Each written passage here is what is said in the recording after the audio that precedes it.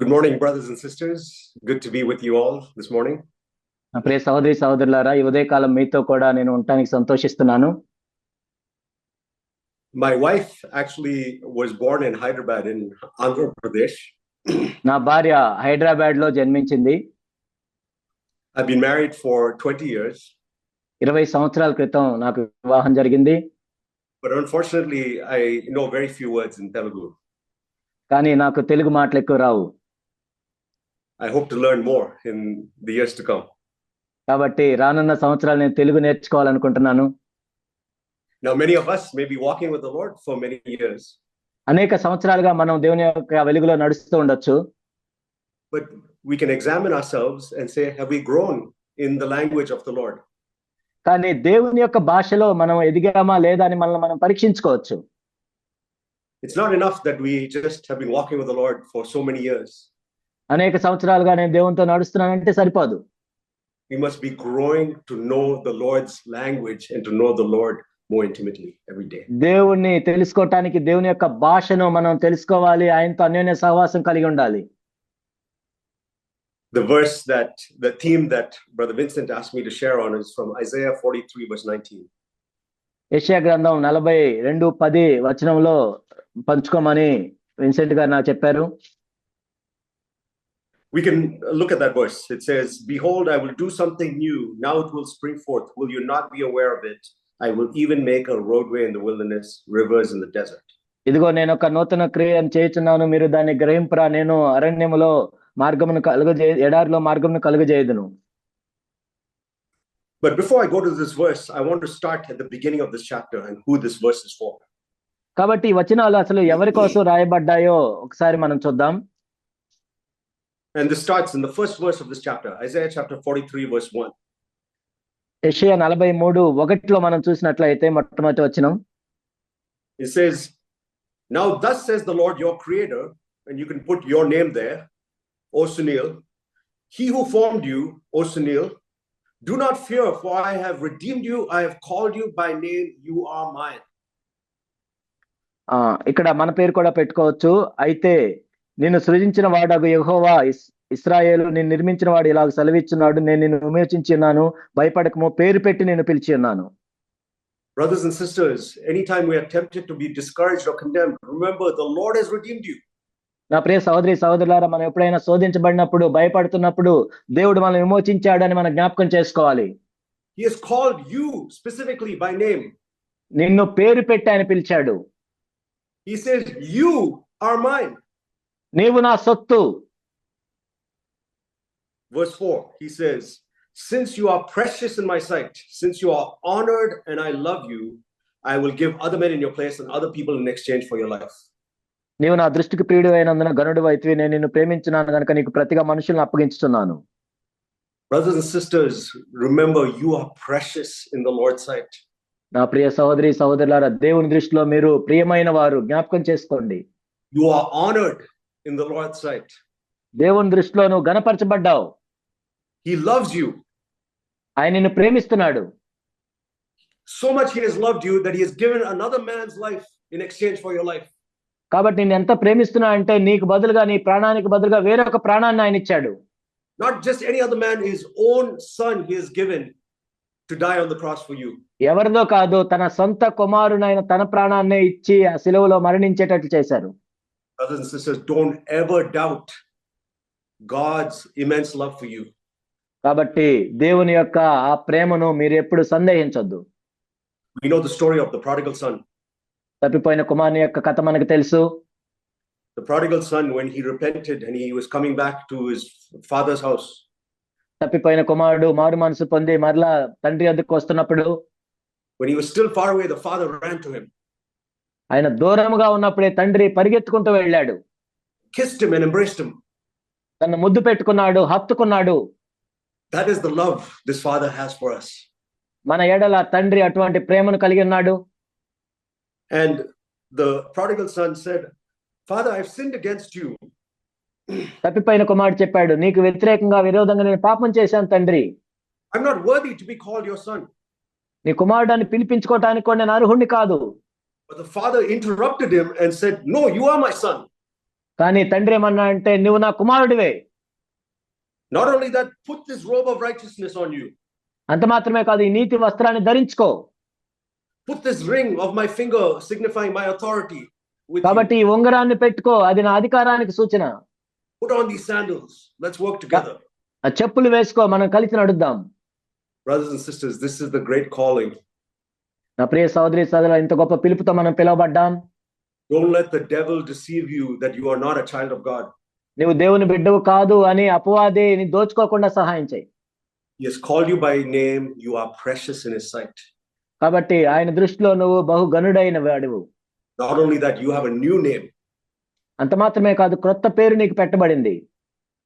You are now child of God. నువ్వు దేవుని బిడ్డగా ఉన్నావు. When you fill out the forms in the government office, it asks for last name. Government ఆఫీసులో మనం form నించేటప్పుడు చివరి పేరు అడుగుతారు. Anytime you're filling out that form, remember what your true last name is in heaven. నీ చివరి పేరు ఏంటంటే నిజమైంది పరలోకం. I'm a child of God. నేను దేవుని బిడ్డను.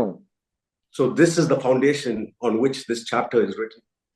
కాబట్టి ఆ పునాది మీద ఈ అధ్యాయం రాయబడి ఉంది. So then we come to verse 18, which is right before this verse. ఆ తర్వాత మనము 8వ వచనం చూసినట్లయితే Isaiah 43:18 says, "Do not call to mind the former things or ponder the things of the past." 43:18వ వచనం, మునుపటి వాటిని జ్ఞాపకం చేసుకొనకుడి, పూర్వకాలపు సంగతులను తలంచుకొనకుడి. The Lord does not want to remind you of your past sins now that he has forgiven you. కాబట్టి ఆయన క్షమించిన పాత పాపాలని తలంచుకోవద్దంటున్నాడు. The devil will try to remind you what a failure you are. అపవాది నీకు జ్ఞాపకం చేస్తూ ఉంటాడు నువ్వు ఎంత ఓడిపోయావో. The devil will remind you of all the sins that you did, all the worst sins that you did in your past life. నీ గతంలో నువ్వు చేసిన పాపాలు, నీచమైన పాపాలు అన్నిటిని కూడా అపవాది నీకు జ్ఞాపకం చేస్తూ ఉంటాడు. All the dirty thoughts you had. నువ్వు కలిగి ఉన్న మురికి తలంపులన్నింటినీ, all the dirty words you used. నువ్వు మాట్లాడిన మురికి మాటలన్నిటినీ, how you lost your temper. నువ్వు ఎంత కోప్పడ్డావో. He will remind you of all these things. వీటన్నిటిని జ్ఞాపకం చేస్తూ ఉంటాడు. But speak back to the devil and say, the Lord is not calling to mind the things that he has forgiven me of. కాబట్టి అపవాదితో మనం తిరిగి మాట్లాడాలి, ఏదైతే ప్రభు క్షమించాడో వాటిని నాకు ప్రభు జ్ఞాపకం చేయట్లేదని. And neither will I bring to mind these things from my past. కాబట్టి గతంలోని విషయాలు నేను కూడా జ్ఞాపకం చేసుకోను. I will only remember that he has forgiven me. ఆయన నన్ను క్షమించాడని మాత్రమే నేను జ్ఞాపకం చేసుకుంటాను. This is the calling for the sons and daughters of God. దేవుని యొక్క కుమారులుగా కుమార్తెలుగా ఇందుకు మనం పిలువబడ్డాం. There is no condemnation at all for if you are a son or daughter of God. కాబట్టి నువ్వు దేవుని కుమారుడుగా కుమార్తెగా ఉంటే నీకు ఏ శిక్షా విధి లేదు. So in this context, after the Lord has brought you to this point of being a child of God, కాబట్టి దేవుని బిడ్డగా ఆయన మిమ్మల్ని చేసుకున్న తరువాత, forgiven you and justified you, మిమ్మల్ని క్షమించాడు, నీతిమంతులుగా తీర్చాడు, not remembering any of your sins anymore. ఏ పాపములను ఆయన జ్ఞాపకం చేసుకోవట్లేదు. To this believer, God says in verse 19, ఇటువంటి విశ్వాసితో ప్రభువు 19వ వచనంలో మాట్లాడుతూ ఉన్నాడు, I will do something new. ఇదిగో నేను ఒక నూతన క్రియ చేయుచున్నాను. New beyond you being called a son and daughter of God. కాబట్టి దేవుని కుమారుడుగా కుమార్తెగా పిలువబడిన తర్వాత నూతన క్రియ ఏంటి? The Lord has something even more special than me being a son and daughter of God. కాబట్టి దేవుని కుమారుడుగా కుమార్తెగా ఉండకంటే ఇంకా ప్రత్యేకమైనది ఏమైనా ఉందా? It says now it will spring forth. ఇప్పుడే అది మొలుస్తుంది. Will you not be aware of it? మీరు దాన్ని ఆలోచింపరా? I will even make a roadway in the wilderness, rivers in the desert. నేను అరణ్యములో త్రోవ కలుగు చేయుచున్నాను, ఎడారిలో నదులు పారజేయుచున్నాను. I see 3 things to learn from this verse. ఈ వచనం నుండి 3 విషయాలు మనం నేర్చుకోవచ్చు. One is that after I am a son and daughter of God, the Lord has something new for me. దేవుని కుమారుడుగా కుమార్తెగా నేను అయిన తర్వాత దేవుడు నాలో నూతన క్రియ చేయడానికి ఇష్టపడుతున్నాడు. But I may not even be aware of it. కానీ దాన్ని నేను ఆలోచింపకపోయి ఉండొచ్చు. That's the first thing. మొట్టమొదటిది అది.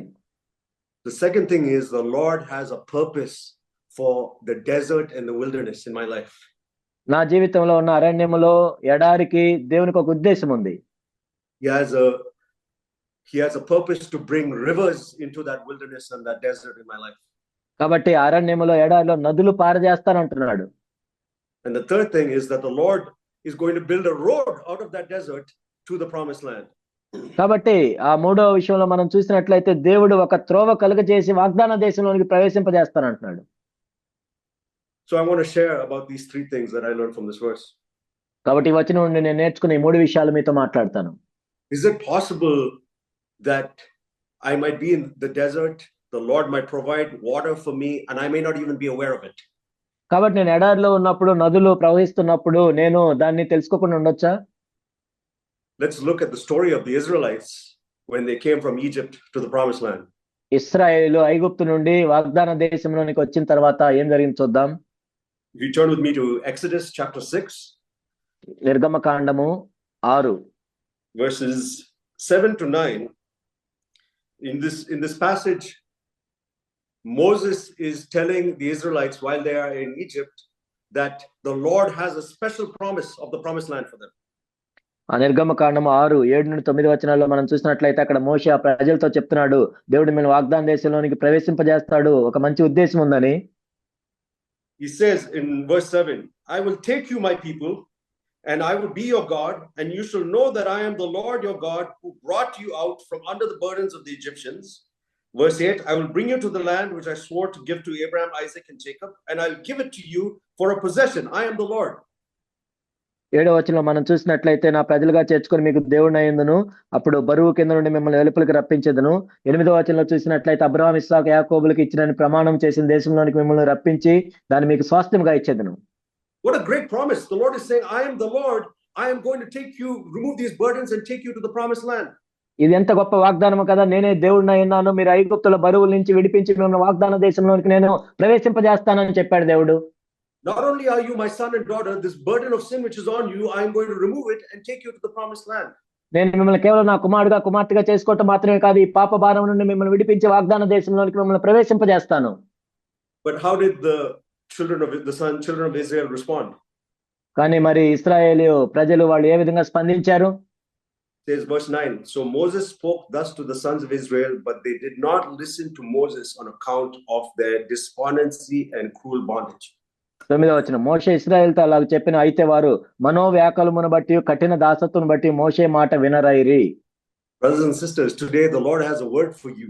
Are you willing to listen to it? నా ప్రియ సోదరి సోదరులారా, దేవుడు మీతో మాట్లాడుతున్నాడు, మీరు వినటానికి ఇష్టపడుతున్నారా ఈరోజు? Or is your despondency and discouragement and hopelessness preventing you from hearing the word of the Lord?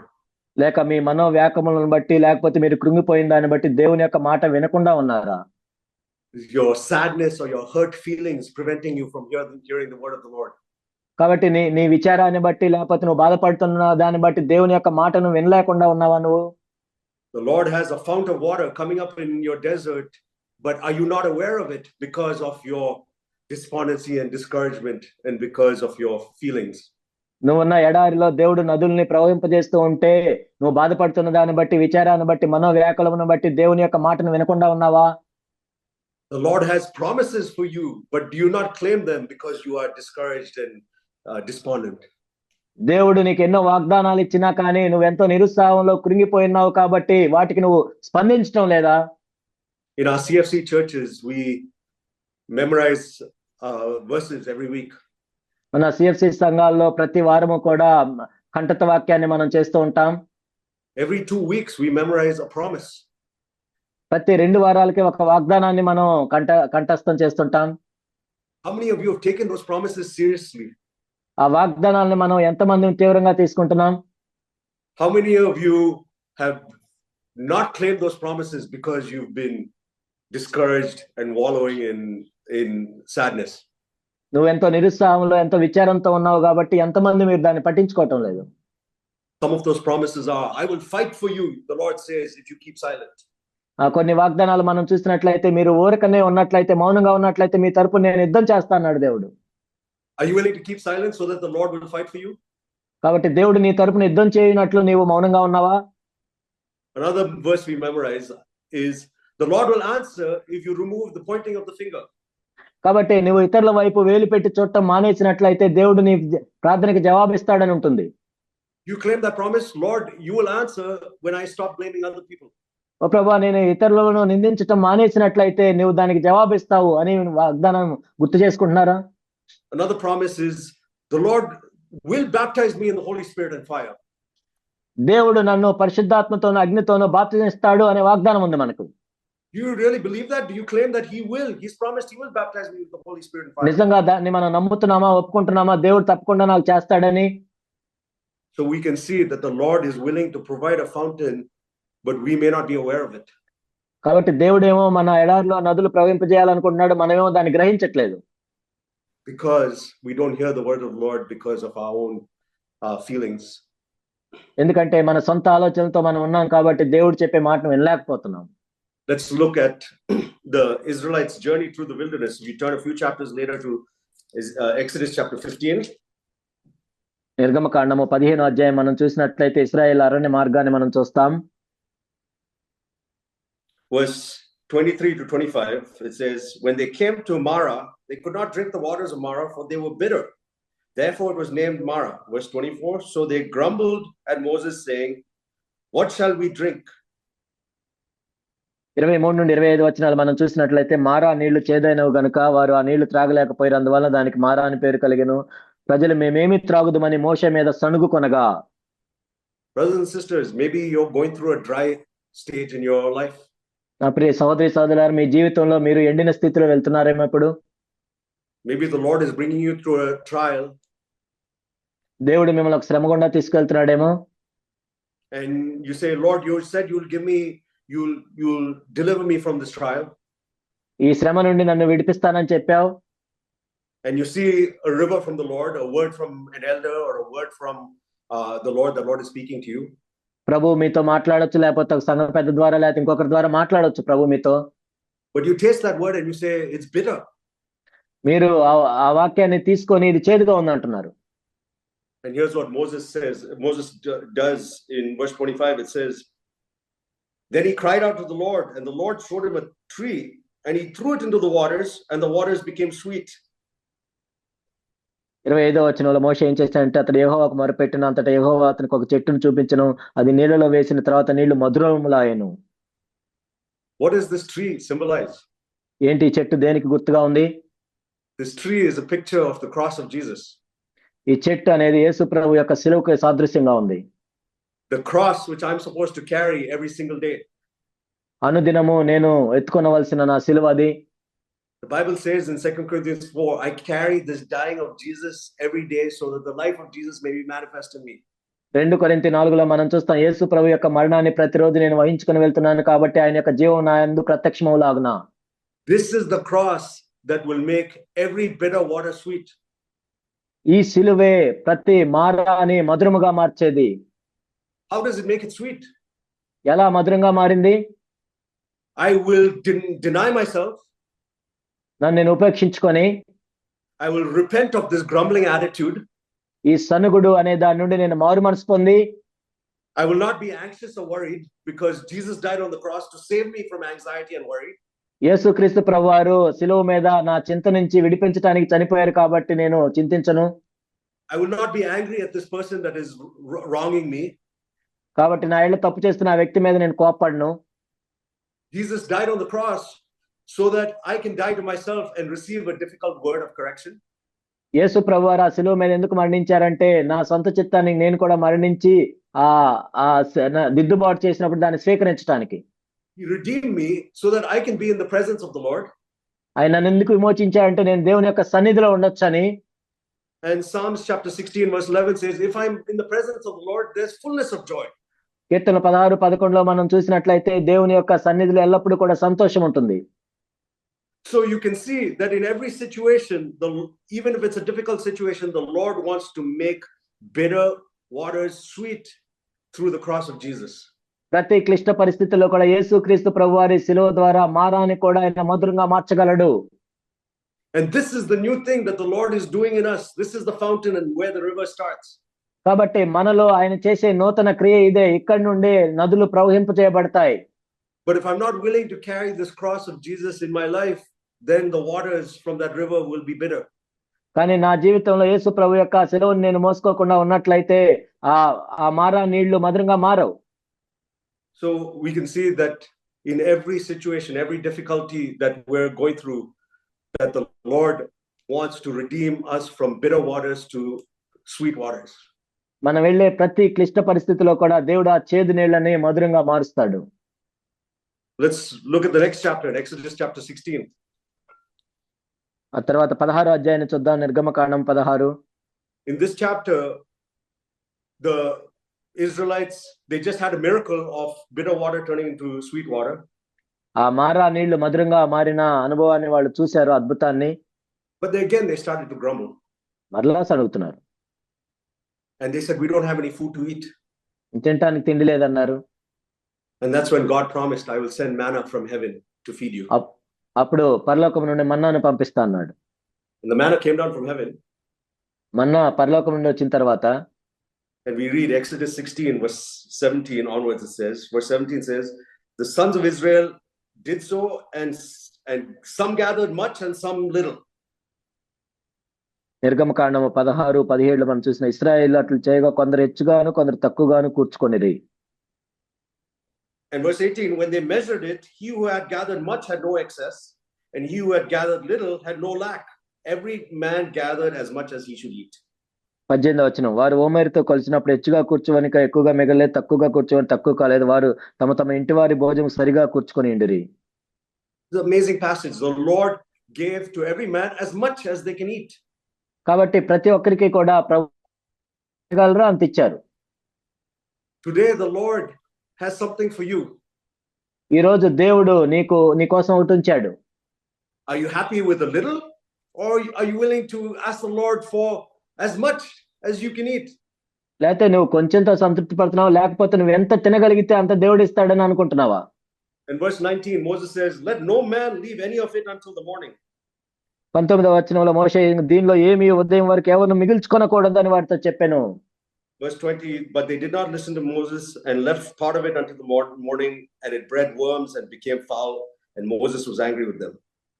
అయితే 20వ వచనంలో వారు మోషే మాట వెనుక కొందరు ఉదయం వరకు దానిలో కొంచెం మిగిల్చుకొనగా అది పురుగు పట్టి కంపు కొట్టిన మోషే వారి మీద కోప్పడెను.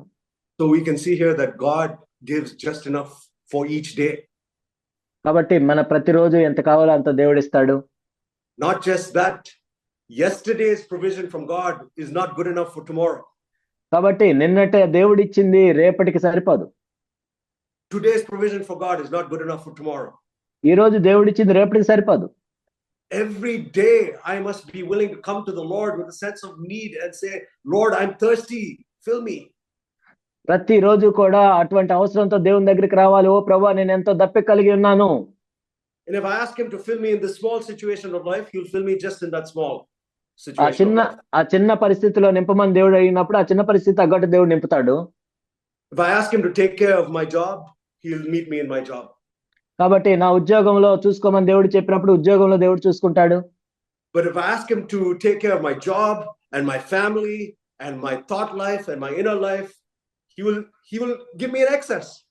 కాబట్టి నా ఉద్యోగానికి కావాలి, నా కుటుంబానికి కావాలి, నా తలంపుల్లో కావాలి ప్రభు అన్నప్పుడు దానికి కావాల్సినంత ఇస్తాడు దేవుడు. He will give me a word for today that will encourage me, that I can encourage others with. కాబట్టి ఈ రోజు నేను ప్రోత్సహించబడటానికి, ఇతరులను ప్రోత్సహించడానికి కావాల్సిన మాటలు ఉన్నప్పుడు దేవుడు ఈ రోజు ఇస్తాడు.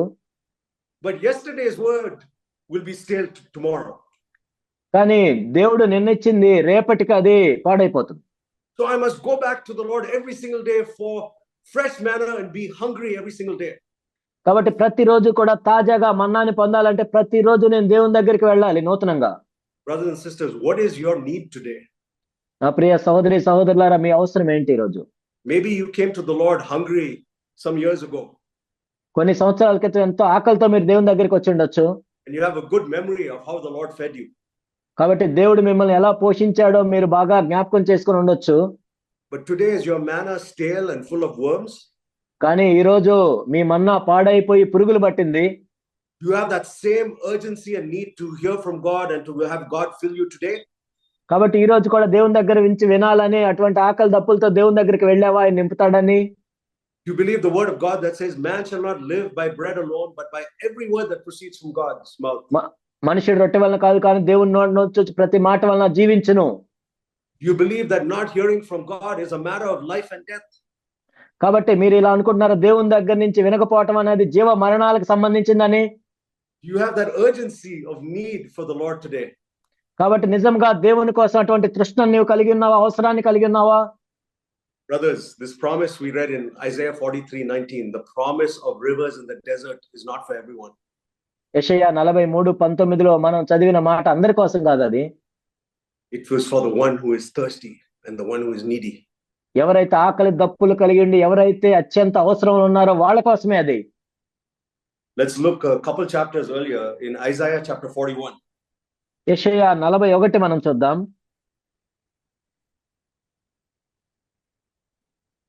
Isaiah 41 verse 14 says, "Do not fear, you worm Jacob, you men of Israel. I will help you, declares the Lord.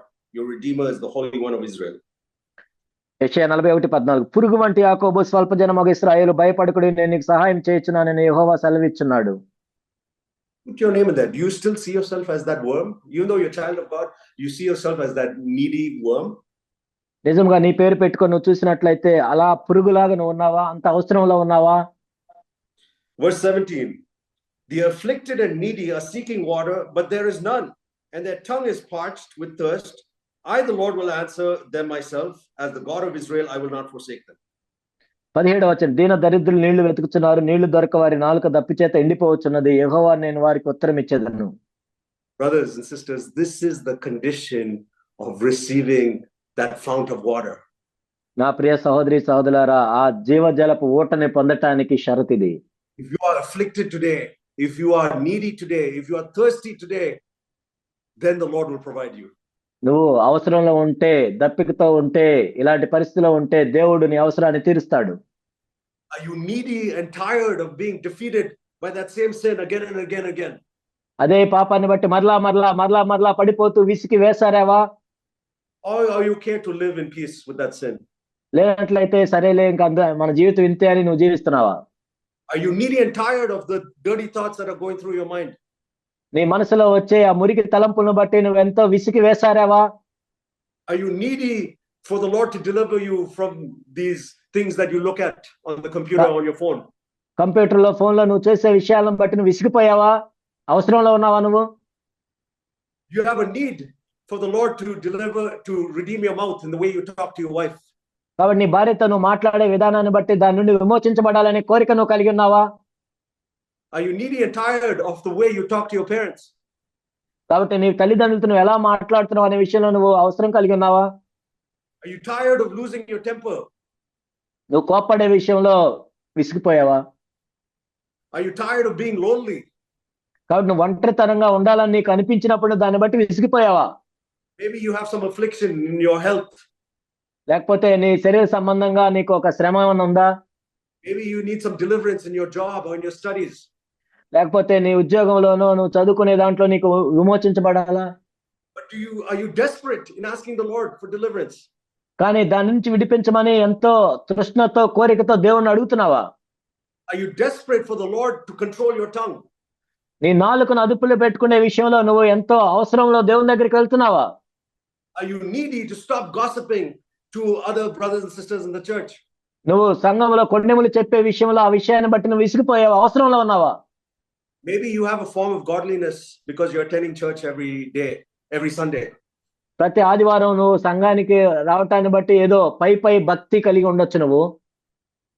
But are you needy for that power that is missing in your life? కానీ నీ జీవితంలో ఏదైతే కోల్పోతున్నావో లోపల ఉన్న దాని శక్తి కోసం నువ్వు ఆశ్రయిస్తున్నావా? Are you desperate for that love that you had for God when you first gave your life to God? కాబట్టి నీ దేవునికి నీ జీవితాన్ని మొట్టమొదటి అర్పించుకున్నప్పుడు ఏ ప్రేమతో అయితే అర్పించుకున్నావో ఆ ప్రేమ కోసం మరలా నువ్వు ఆసక్తి కలిగి ఉన్నావా? This is the one whose tongue is parched and cries out to the Lord. కాబట్టి దేవునికి మొరపెట్టాలి ఈ నాలుకతో. This is what the Lord does. Verse 18, Isaiah 41 verse 18. To the afflicted and the, this is the promise, to the afflicted and the needy. కాబట్టి ఎవరైతే శ్రమ పెట్టబడి ఉన్నారో, అవసరంలో ఉన్నారో వాళ్ళకి ఇవ్వబడిన వాగ్దానం ఇది. 18వ వచనం, I will open rivers on the bare heights and springs in the midst of valleys, and I will make the wilderness a pool of water and dry lands fountains of water. చెట్టు లేని మెట్టల మీద నేను నదులను పారు చేసేదను, లోయల మధ్యన ఓటలను ఉబక చేసేదను, అరణ్యమును నీటి మడుగ్గాను ఎండిన నేలను నీటి బుగ్గలుగాను చేసేదను. Brothers and sisters, if you come to the Lord with that spirit of neediness today, He will bring a pool of water into your wilderness. నీవు అటువంటి దప్పికతో నువ్వు ప్రభు దగ్గరికి వచ్చినట్లయితే నీ ఎడారిలో దేవుడు జీవజల నదులను ప్రవహింపజేస్తాడు. Let's look at another passage, few chapters later. Isaiah 55 verse 1 and 2. యెషయా 55 1, 2 మనం చూసినట్లయితే He says, everyone who thirsts, come to the water. You who have no money, come buy and eat. Come buy wine and milk without money and without cost. Verse 2, why do you spend money for that which is not bread, and your wages for what does not satisfy? Listen carefully to me and eat what is good, and delight yourself in abundance. దప్పికొని వారలారా నీళ్ళ ఎద్దుకు రండి, రోకలు లేని వారలారా మీరు వచ్చి కొన్ని భోజనం చేసుకోండి. రండి, రోకలు లేకపోయినా ఏమి ఇయ్యకే ద్రాక్షారస పాలన కొనుడి. ఆహారం కానిదనుక మీరే రోకలు ఇచ్చెదరు. సంతుష్టి కలుగు చేయదాని కొరకు మీ కష్టార్జితమును ఎందుకు వ్యయపరచదు? నా మాట జాగ్రత్తగా ఆలకించి మంచి పదార్థములను భుజించుడి. Brothers and sisters, do you find that the things of this world are not satisfying you? నా ప్రియ సహోదరుల, ఈ లోకంలో ఉన్న విషయాలు మిమ్మల్ని సంతృప్తి పరచట్లేదు. The Lord is saying, why are you spending your resources, your time, your money, your thoughts on things that will not satisfy? ఎందుకు మీ సమయాన్ని, డబ్బుని, లేకపోతే మీ శక్తిని ఏదైతే సంతృప్తి వాటి మీద ఎందుకు వినియోగిస్తున్నారు మీరు? Come to me. నా యొద్దకు రండి. Come to me thirsty. మీరు దప్పికతో నా యొద్దకు రండి. And buy from me this living water. కాబట్టి ఈ జీవజలంను మీరు కొనండి నా దగ్గరికి వచ్చి. What do I need to pay the Lord to get this living water? ఎందుకు వీటి కోసం మనం ఎందుకు రోకలిచ్చుకోనాలి? I just need to give him my thirst and hunger. కాబట్టి నేను ఇవ్వగలిగింది ఏంటంటే నా ఆకలి దప్పికనే దేవునికి ఇవ్వగలను. But if I'm not thirsty, then I cannot get this living water. నాకు ఆ దప్పికే లేనట్లయితే ఆ జీవజల నదులు నాకు ఇవ్వబడవు. If I'm satisfied with what the world has to give me, then I have no payment to offer the Lord. కాబట్టి లోకం ఇచ్చే వాటితో నేను సంతృప్తి చెందినట్లయితే దేవునికి ఇవ్వటానికి నా దగ్గర ఏమీ ఉండదు. But if I'm truly thirsty, He will delight me with His abundance. కానీ నిజంగా నేను దప్పిక కలిగి ఉన్నట్లయితే తన సమృద్ధిలో నుంచి దేవుడు నన్ను సంతోషింపజేస్తాడు. Jesus himself said, if anyone is thirsty, let him come to me and drink. యేసుక్రీస్తు ప్రభువారే చెప్పారు, మీరు ఎవరైనా దప్పికొని నా యొద్దకు రండి, నేను దాహం తీరుస్తానని. What is the opposite of thirsty? కాబట్టి దప్పికగా కలిగి ఉండటానికి వ్యతిరేకమైంది ఏంటి? Is the opposite full and satisfied? సంతృప్తి చెందటమా, నింపబడటమా? No, the Lord has something beyond that. The Lord wants to fill me, and go beyond that. కాబట్టి దేవుడు నన్ను నింపుతున్నాడు, అయితే దానికంటే ఇంకా ఎక్కువగా ఆలోచిస్తున్నాడు ప్రభు. Because right after Jesus said, if anyone is thirsty, let him come to me and drink. ఎవరైనా దాహం కలిగిన వాళ్ళు నా యొద్దకు వచ్చి నింపుకోమన్నాడు. Very next verse he says, he who believes in me, from his innermost being will flow rivers of living water. ఆ తర్వాత వచ్చిన నా యందు విశ్వాసం ఉంచే వాడి కడుపులో నుండి జీవజల నదులు ప్రవహింప చేయబడును. So the opposite of being thirsty is not just a pool of water. The Lord wants to make the pool of water a river of living water. కాబట్టి దప్పిక లేకుండా ఉండటానికి దానికి వ్యతిరేకమైందంటే ఏదో కొన్ని నీళ్లు కలిగి ఉంటాం కాదు, కానీ జీవజల నదులు ప్రవహింపజేయబడటం. Brothers and sisters, if you come with the sense of need to the Lord, He will not only give you a pool of living water, He will give you a river of living water that will feed others too. నిజంగా అటువంటి అవసరంలో మనం దేవుని దగ్గరికి వచ్చినప్పుడు ఏదో దేవుడు కొన్ని నీళ్లు ఇవ్వటం మాత్రమే కాదు, కానీ మనలో నుండి జీవజల నదులు ప్రవహింపజేస్తాడు. The promise in that verse, Isaiah 43 verse 19, is not just a pool in the desert. It's a river in the desert. యెషయా 43:19 ఇవ్వబడిన వాగ్దానము ఏదో కొన్ని నీళ్లు కాదు, నదుల్లో ఎడారిలో కానీ నదులు ప్రవహింపజేస్తాను అన్నాడు.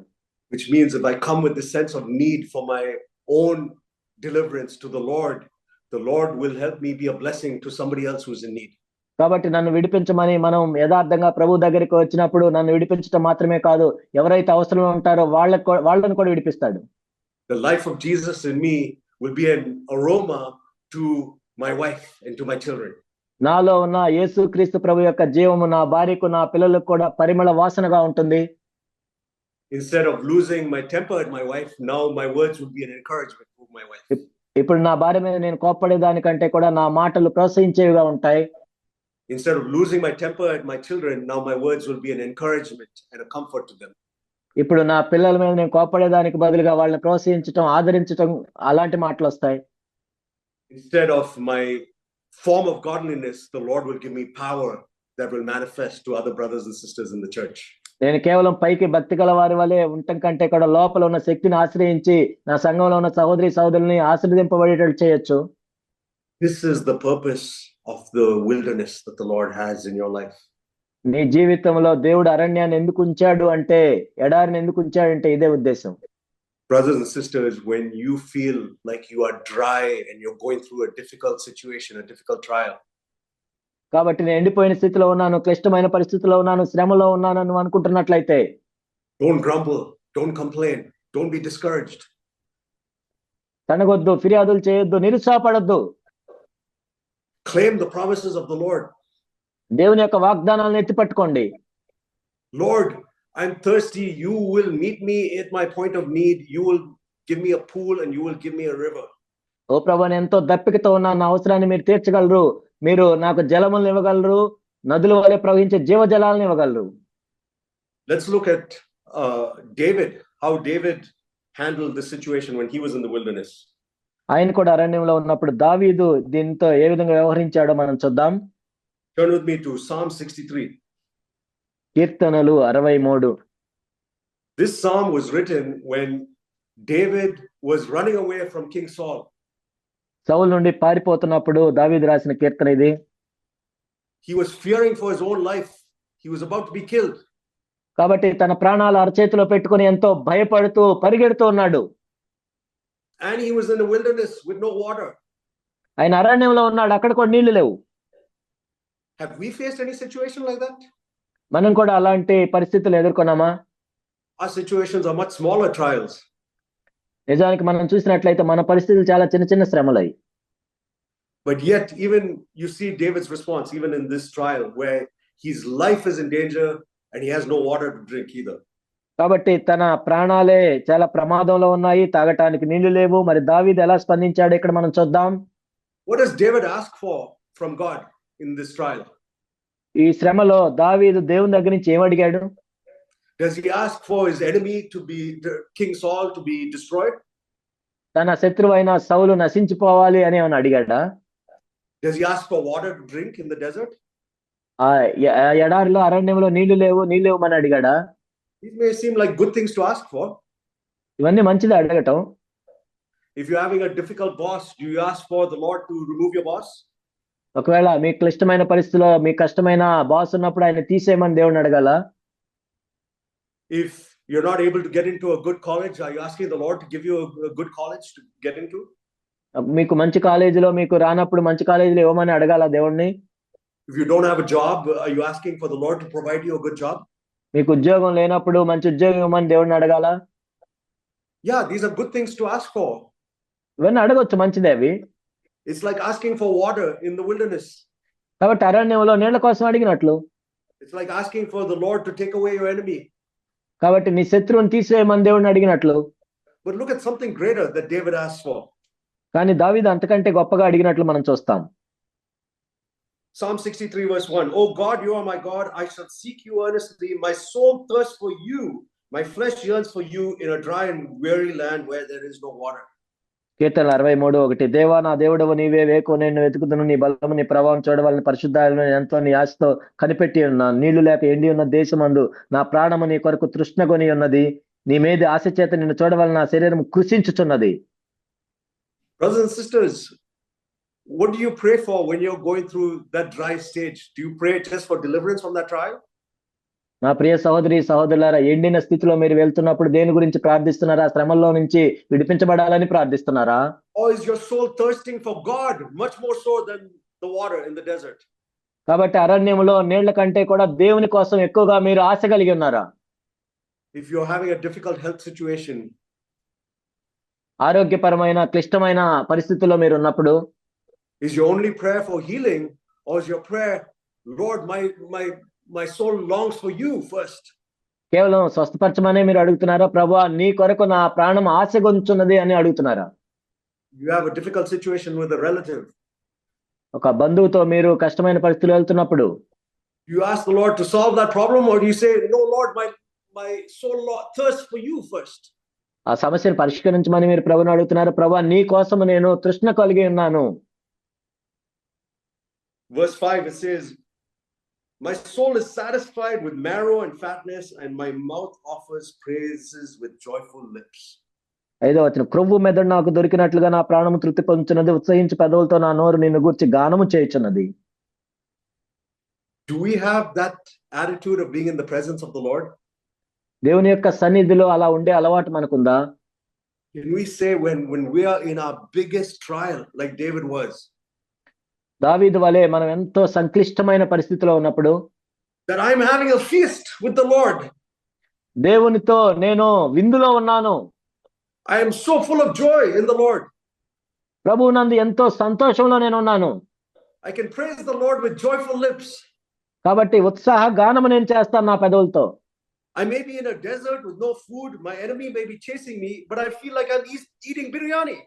కాబట్టి నేను ఎడారిలో ఉన్నాను, నా శత్రువు నన్ను తరుముతున్నాడు, కానీ నేను బిర్యానీ తింటున్నాను. Because the Lord is with me, he is satisfying me. ఎందుకంటే ప్రభువు నాతో ఉన్నాడు, నన్ను సంతృప్తి పరుస్తున్నాడు. Imagine if David could say this without the power of the Holy Spirit.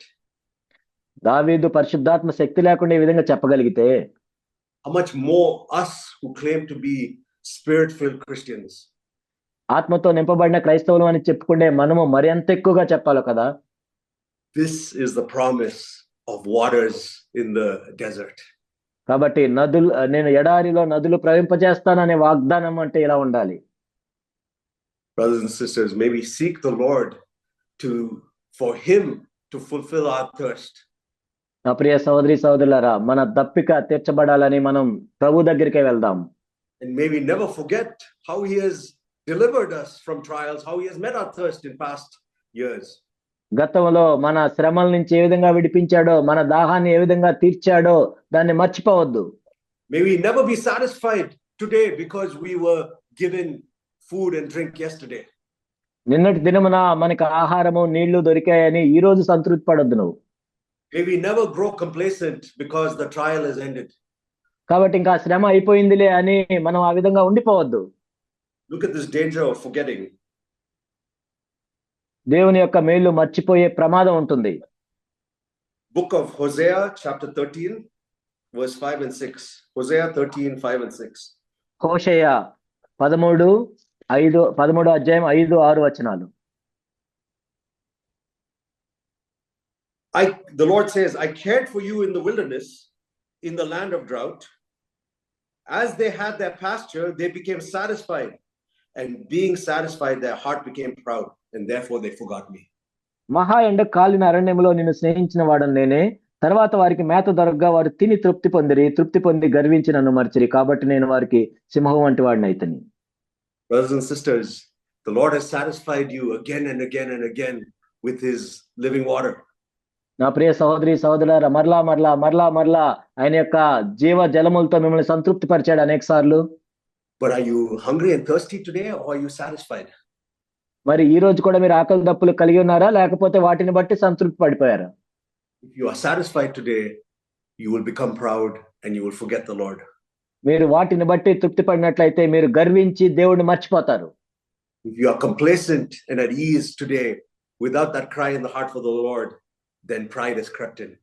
కాబట్టి మీరు ఎంతో నిర్విచారమైన సుఖమైన స్థితిలో ఉన్నట్లయితే, దేవునికి మొరపెట్టినట్లయితే దేవుడిని మర్చిపోతారు. And you are slowly forgetting the Lord. నిదానంగా దేవుడిని మర్చిపోవటం మొదలు పెడతారు. And you don't have that sense of need today.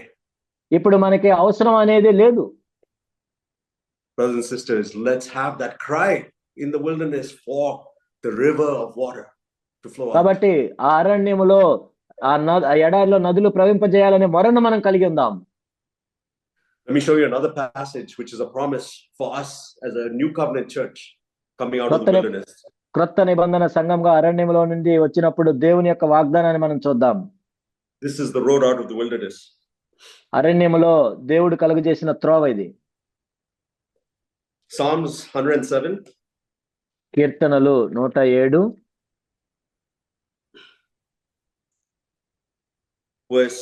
verses 35 to 37. It says, he changes the wilderness into a pool of water and dry land into springs of water. And there he makes the hungry to dwell, so they may establish an inhabited city. 35-37 అరణ్యమును నీటి మడుగ్గాను ఎండిన నేల నీటి ఓటల చోటుగాను ఆయన మార్చి వారు అచ్చట నివాసపురమును ఏర్పరచుకున్నట్లు. So we can see that the Lord is changing the wilderness into a pool of water and then changing it into springs of water. ఇక్కడ మనం చూస్తూ ఉన్నాం అరణ్యంలో నీటి బుగ్గలను నీటి మడుగులను ఆయన చేస్తున్నాడు. But who is dwelling in this place? కానీ మరి అక్కడ ఎవరు ఉంటున్నారు? It is the hungry. The hungry will continue to dwell in this place. ఎవరైతే ఆకలి కొని ఉంటారో వాళ్ళు మాత్రం అక్కడ కాపురం చేస్తూ ఉంటారు. Not only that, the hungry will establish a city. అంత మాత్రమే కాదు, ఆకలి కొని వాళ్ళు ఒక పట్టణాన్ని నిర్మిస్తారు అక్కడ. And they will gather fruitful harvest. వాళ్ళు ఎంతో 37వ వచనం వాళ్ళు ఎంతో ఫలాల్ని పొందుతారు వాళ్ళు. If we are hungry, our Father will fill us with the Holy Spirit and we will manifest the fruit of the Spirit every day. మనం కూడా ఎంతో ఆకలి దప్పులు కలిగి ఉన్నట్లయితే దేవుడు మన పరిశుద్ధాంతో నింపబడి ఆయన్ని కనపరుచుకుంటాడు. This is the progression for the one who remains hungry every single day. ప్రతిరోజు మనం ఆకలి దప్పులు కలిగి ఉన్నప్పుడు ఒక వ్యక్తి ఈ విధంగా అభివృద్ధి చెందుతూ ఉంటాడు. Not only that, if you see a few verses later, in verse 41, he says, he sets the needy securely on high, away from affliction, and makes his families like a flock. ఆ తర్వాత మనం చూసినట్లయితే 41వ వచనం, అట్టి దరిద్రుల బాధను పోగొట్టి వారిని లేవనెత్తెను, వాని వంశముల మందవలె వృద్ధి చేసెను. Brothers and sisters, this is the picture of us as a church. ఒక సంఘముగా మనము ఇటువంటి దృశ్యాన్ని కలిగి ఉన్నాం. He has set the needy securely away. కాబట్టి ఎవరైతే అవసరంలో ఉంటారో వాళ్ళని లేవనెత్తుతాం. But not just that, he makes his families like a flock. అంత మాత్రమే కాదు, వారి వంశముల మందవలె వృద్ధి అవుతాయి. Brothers and sisters, the best new covenant church is made up of a flock of needy families. కాబట్టి ఒక మంచి శ్రేష్టమైన కొత్త నిబంధన సంఘం ఎప్పుడు కూడా అవసరములో ఉన్న కుటుంబాలను కలిగి ఉంటుంది. If we are all families that are joined together and needy and crying out to the Lord in our need, then we can become a healthy church. కాబట్టి అటువంటి కుటుంబములన్నీ కూడా కలిసి దేవునికి మొరపెడుతున్నప్పుడు మనం ఆరోగ్యకరమైన సంఘాన్ని కలిగి ఉంటాం.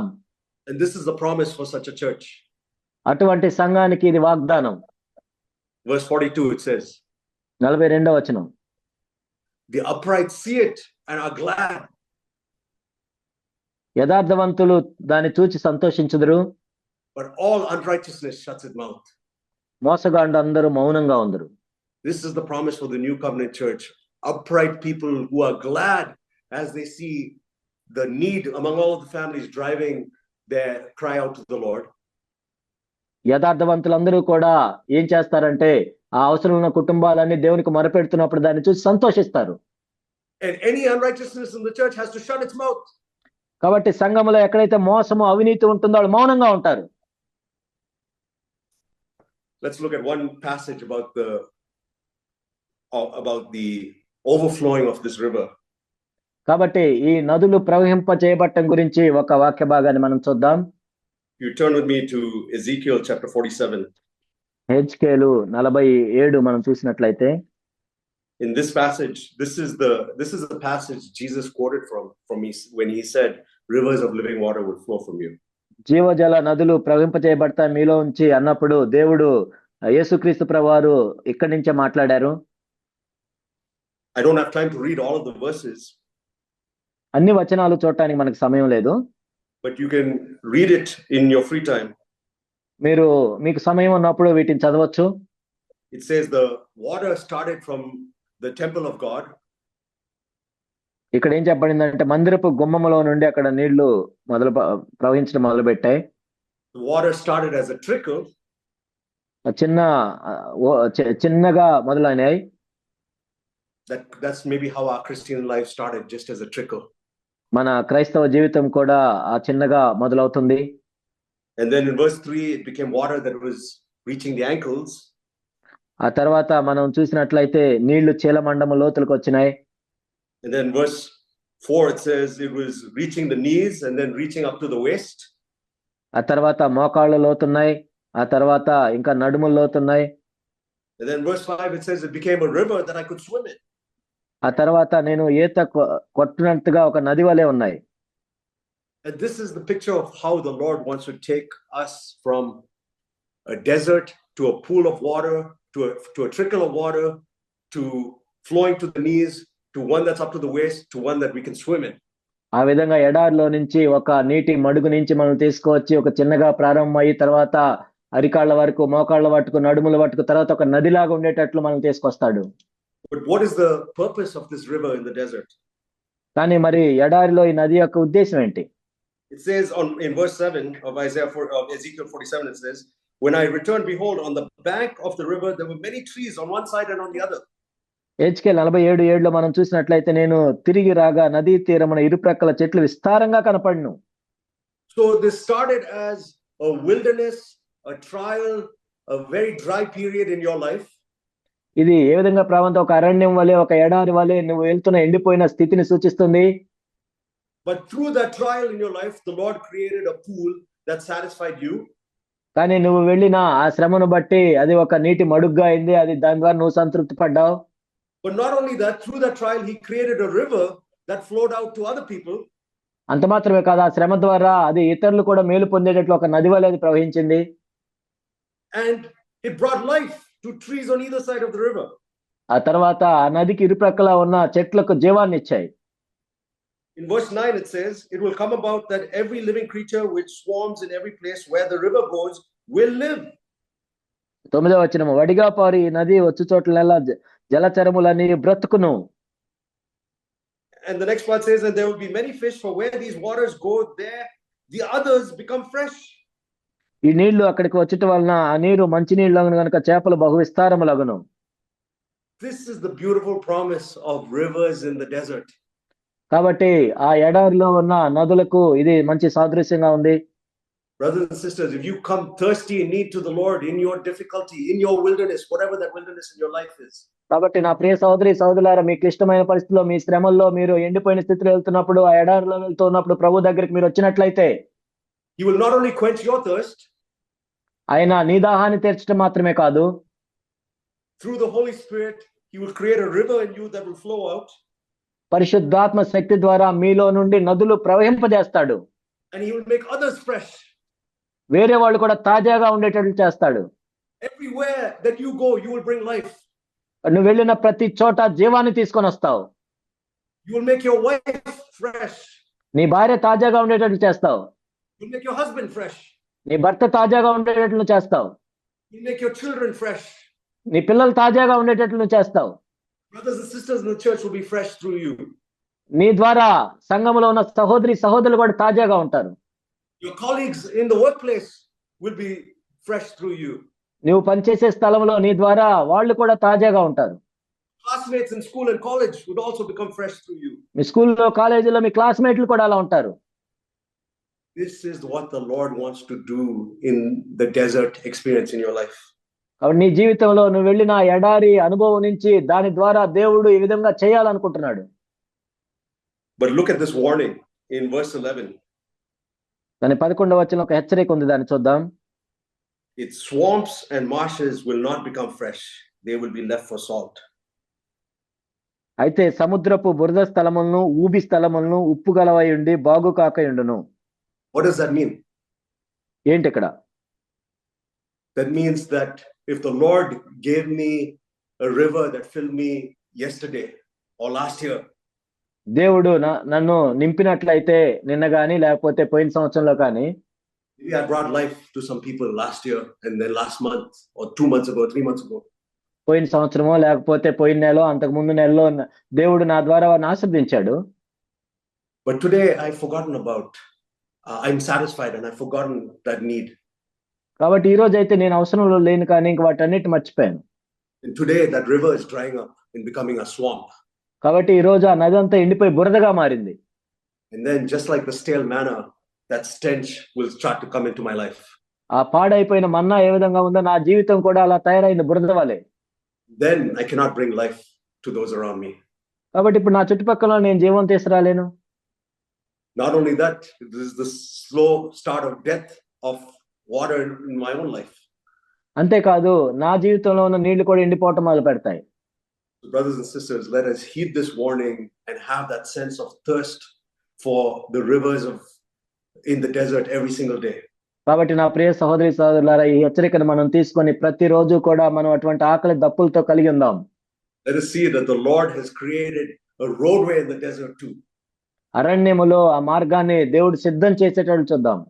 And he wants to take us from the desert through this roadway into the promised land. ఆ ఎడారిలో నుండి అరణ్యంలో ఉన్న మార్గంలో నుండి వాగ్దాన దేశంలోనికి దేవుడు మనల్ని తీసుకువెళ్ళాలి. Land flowing with milk and honey. పాలు తేనెలు ప్రవహించే దేశంలోనికి మనం వెళ్ళాలి. Land of abundance. ఎంతో సమృద్ధి కలిగిన ఆ ప్రదేశంలోనికి మనం వెళ్ళాలి. This is the experience of the thirsty Christian every single day. Every single day he cries out to the Lord in thirst and the Lord gives him abundance. ప్రతిరోజు కూడా దప్పికతో కలిగి ఉన్న క్రైస్తవుని కథ ఇది. ప్రతిరోజు దప్పికతో దేవుని దగ్గరికి వెళ్ళినప్పుడు దేవుడు తన సమృద్ధితో ఆ వ్యక్తిని నింపుతాడు. Brothers and sisters, don't miss out on the voice of the Lord today because of your discouragement or your despondence. నా సహోదరి సహోదరులారా, మీరేదో విచారంగా ఉన్నారు కాబట్టి, మీరు బాధల్లో ఉన్నారు కాబట్టి దేవుడు చెప్పే మాటను మీరు విస్మరించొద్దు. Don't have a grumbling or complaining attitude because of your situation. నువ్వు వెళ్తున్న పరిస్థితిని బట్టి సణుగులు ఫిర్యాదు కలిగిన పరిస్థితులను ఉండొద్దు. But rather claim the promise of the Lord. దానికి బదులుగా దేవుని యొక్క వాగ్దానాన్ని మనం స్వతంత్రించుకుందాం. Cry out to the Lord for him to fill your thirst. కాబట్టి నీ దప్పికను ఆయనే తీర్చాలని దేవుని ఎదుట మనం మొరపెడదాం. Not just to deliver you from the trial, but to meet with you in this trial. కేవలం శ్రమలో నుండి విడిపించమని మాత్రమే కాదు, కానీ ఈ శ్రమలో ప్రభువా నేను నిన్ను చూడాలి అని. And cry out to him every single day with that same thirst. కాబట్టి ప్రతిరోజు కూడా ఆ దప్పికతో మనం దేవుని దగ్గరికి వెళ్దాం. Not just that, that you can be one that flows out to others and brings life to others. అంత మాత్రమే కాదు, కానీ నీ ద్వారా ఆ జీవజలంలో ప్రవహింప చేయబడి అనేక మంది బ్రతుకుతారు. This is the new thing that the Lord wants to do for every son and daughter of his. దేవుని యొక్క ప్రతి కుమారుడు కుమార్తె విషయంలో ఆయన చేయబోయే నూతన క్రియ ఇదే. This is the springing forth that the Lord wants to do for every son and daughter of it. దేవుని యొక్క ప్రతి కుమారునికి కుమార్తెకి దేవుడు చేయాలనుకుంటుంది ఇదే. Make sure that you are aware of it when he brings it into your life. కాబట్టి ఆయన చేస్తున్నప్పుడు మీరు గ్రహించాలి, గ్రహించేటట్లు చూసుకోవాలి మీ జీవితంలో. Don't settle for just the pool of water. Ask him for a river.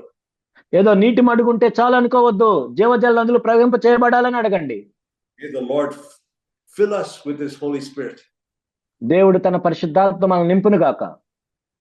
May the cross make every bitter water in our life sweet. కాబట్టి ప్రతి ఒక్క చేదు నీళ్ళన్నీ కూడా మధురంగా మార్చబడాలి. May that sweet water flow out to others as a river. ఆ మధురమైన నీళ్లు ఒక నది వలె మనలో నుండి ప్రవహింపజేయబడాలి. Amen. Dear Heavenly Father, మా ప్రియ పరలోకపు తండ్రి, thank you, Lord, that you have chosen each one of us by name. ప్రభా, మాలో ప్రతి ఒక్కరిని పేరు పెట్టి మీరు పిలిచినందుకు వందనాలు తెలియజేస్తున్నాం. You have called each one of us by name. ప్రభా, పేరు పెట్టి ప్రతి ఒక్కరిని మీరు మమ్మల్ని పిలిచారు ప్రభా. Thank you, Lord, that we are precious in your sight. ప్రభా, మీ దృష్టిలో మేము బహు ప్రియులుగా ఉన్నందుకు వందనాలు తెలియజేస్తున్నాం. Thank you that there is no discouragement or condemnation that needs to rule us. అవును ప్రభా, ఎటువంటి నిరుత్సాహం కానీ ఎటువంటి శిక్షా విధి కానీ మమ్మల్ని పరిపాలించకుండా ఉండాలి. But Lord, we don't want to be content with just that. అయితే ప్రభా, దాంతోనే మేము తృప్తి పడకుండా ఉన్నట్లు సహాయం చేయండి. We want to seek for this new thing. ఓ ప్రభా, ఈ నూతనమైన క్రియ కోసం మేము చూస్తున్నాం ప్రభా. We want to seek for the power of your Holy Spirit. పరిశుద్ధాత్మ యొక్క శక్తి కోసం మేము వెతుకుతున్నాం ప్రభా. We want you to meet us in our driest situations. మేమెంతో ఎండిపోయిన పరిస్థితుల్లో, క్లిష్టమైన పరిస్థితుల్లో ఉన్నప్పుడు ప్రభు మిమ్మల్ని మేము కలుసుకోవాలి దేవా. In our most difficult trials and afflictions. ప్రభు ఎంతో సంక్లిష్టమైన పరిస్థితుల్లో వెళ్తున్నప్పుడు, శ్రమల్లో, శోధనలో వెళ్తున్నప్పుడు We pray that every single day we may come to you hungry and thirsty. ప్రతిరోజు కూడా ఆకలి దప్పులు కలిగి మీ వద్దకు రావటానికి సహాయం చేయండి. Not just for one part of our life, but for our entire life.